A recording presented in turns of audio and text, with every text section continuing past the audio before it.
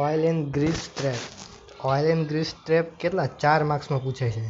તો 4 માર્ક્સમાં એના ખાલી ડાયમેન્શન ડિટરમાઇન કરવાના હોય છે. એટલે જે ક્રિશ્ચન કાર્યની બુક છે એમાં ડાયમેન્શનનું જ તે કેલ્ક્યુલેશન આપેલું છે, વધારે આપેલું નથી. ડિઝાઇન ક્રાઇટેરિયા અને ડાયમેન્શનનું કેલ્ક્યુલેશન બસ એટલું આપેલું છે, એટલે એટલું કરાવીશ. તો પહેલાં ક્રાઇટેરિયા જોઈ લઈએ કે ડેપ્થ કેટલી હોય, 1 થી 2 મીટર હોય. પછી ડિટેન્શન ટાઈમ 3 થી 30 મિનિટ હોય. Surface area 250 metre square area surface area હોય.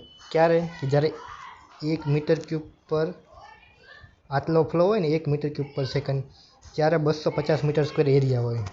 તો આપણને જેટલો શું કહેવાય ફ્લો આપેલો હશે ક્વેશ્ચનમાં, એટલા ફ્લોને આપણે ગુણાવી દઈશું ને. જાણે કે 100 આપેલો હોય તો 100ને ગુણાવી દઈશું એટલે આપણને આપણો 100 આપ્યો હોય તો પછી એને 25 વડે ગુણાવવું પડશે. 25 0 એ હું તમને હમણાં નીચે એક્ઝામ્પલ છે એમાં સમજાવીશ. એટલે ઇન શોર્ટ તમારો 1 મીટર ક્યુબ પર સેકન્ડ ફ્લો માટે કેટલો હોય? 250 મીટર સ્ક્વેર એરિયા હોય. તો તમારી ફ્લો વેલોસિટી છે, મિનિમમ રાઇઝિંગ વેલોસિટી. હવે જો એક્ઝામ્પલ જ જોઈ લઈએ.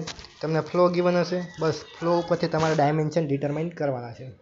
તો પહેલાં તો તમારે ટાઈમ અઝ્યુમ કરવો પડશે. ટાઈમ અઝ્યુમ કરશો એટલે તમારે જે એક્ઝામ્પલ પૂછે ને એમાં ટાઈમ અને સરફેસ એરિયા, બસ આ 2 વસ્તુ અઝ્યુમ કરવું પડશે. 2 વસ્તુ અઝ્યુમ કરશો એટલે તમને બધા ડાયમેન્શન મળી જશે.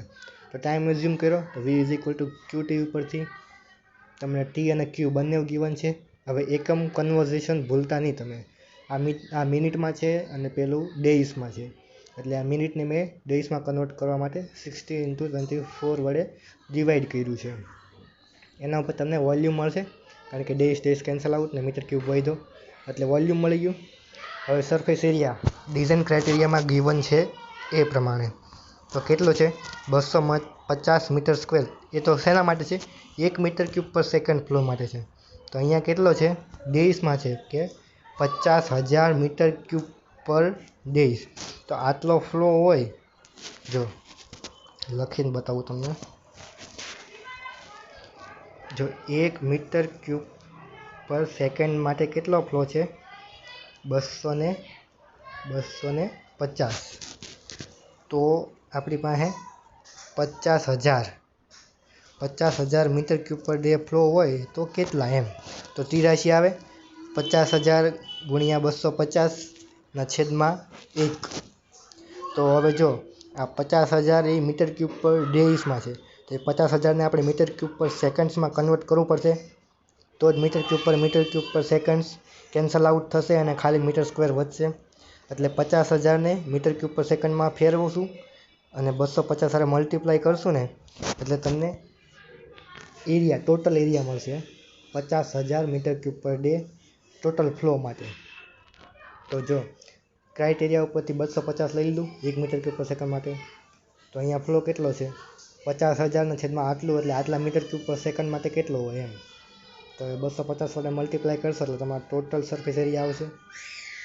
હવે તમને આ એરિયા મળી ગયો કેટલો? 144 મીટર સ્ક્વેર. આ તમે અપ્રોક્સિમેટલી લઈ શકો તમારે લેન્થ ડાયમેન્શન કેટલા લેવા. અહીંયા મેં 18 અને 8 લીધા છે. તમારે જો સ્ક્વેર કીધી હોય તો 12 × 13 એટલે 12 × 12 કેટલા? 144 જ થાય ને, એટલા થતા હશે. એટલે તમે 12 × 12 પણ લઈ શકો જો તમને સ્ક્વેર કીધી હોય તો. મેં હોરિઝોન્ટલ ડિઝાઇન કરી છે કે 18 મીટર લેન્થ અને 8 મીટર વિડ્થ. હવે તમને આ ડાયમેન્શન મળી ગયા. હજી ડાયમેન્શન નથી મળ્યા, હજી તમારે ડેપ્થ બાકી. તો ડેપ્થમાં તમારે શું? વોલ્યુમ અપોન એરિયા કરો, V/A, એટલે તમારી ડેપ્થ મળી જાય. 174 તમને વોલ્યુમ ઉપર ફાઇન્ડ કર્યું, અહીંયા એરિયા ફાઇન્ડ કર્યો 144, તો એના પર તમને ડેપ્થ 1.2 મીટર મળી જાય. ડેપ્થ તમને મળી ગઈ 1.2 મીટર. હવે ટોટલ ડેપ્થ કેટલી? તમારે ફ્રી બોર્ડ તો એડ કરવું જ પડે. બધી ડિઝાઇન, કોઈ પણ ડિઝાઇનમાં ફ્રી બોર્ડ તો આવે જ. તો ફ્રી બોર્ડ તમે 0.3 એડ કરી દીધું એટલે ટોટલ ડેપ્થ કેટલી આવી? 1.5. તો આ તમારા ડાયમેન્શન કેટલા થઈ ગયા? 18 × 8 × 1.5. ક્રાઇટેરિયામાં જોઈ લેવાનું કે ડેપ્થ કેટલી છે, 1 થી 2 મીટરની વચ્ચે આવે છે. ઓકે આવે છે તો ડિઝાઇન ઇઝ ઓકે. તો બસ એટલું ડાયમેન્શન ડિટરમાઇન કરવાનું આમાં કેલ્ક્યુલેશન હતું. 4 માર્ક્સમાં પૂછાય.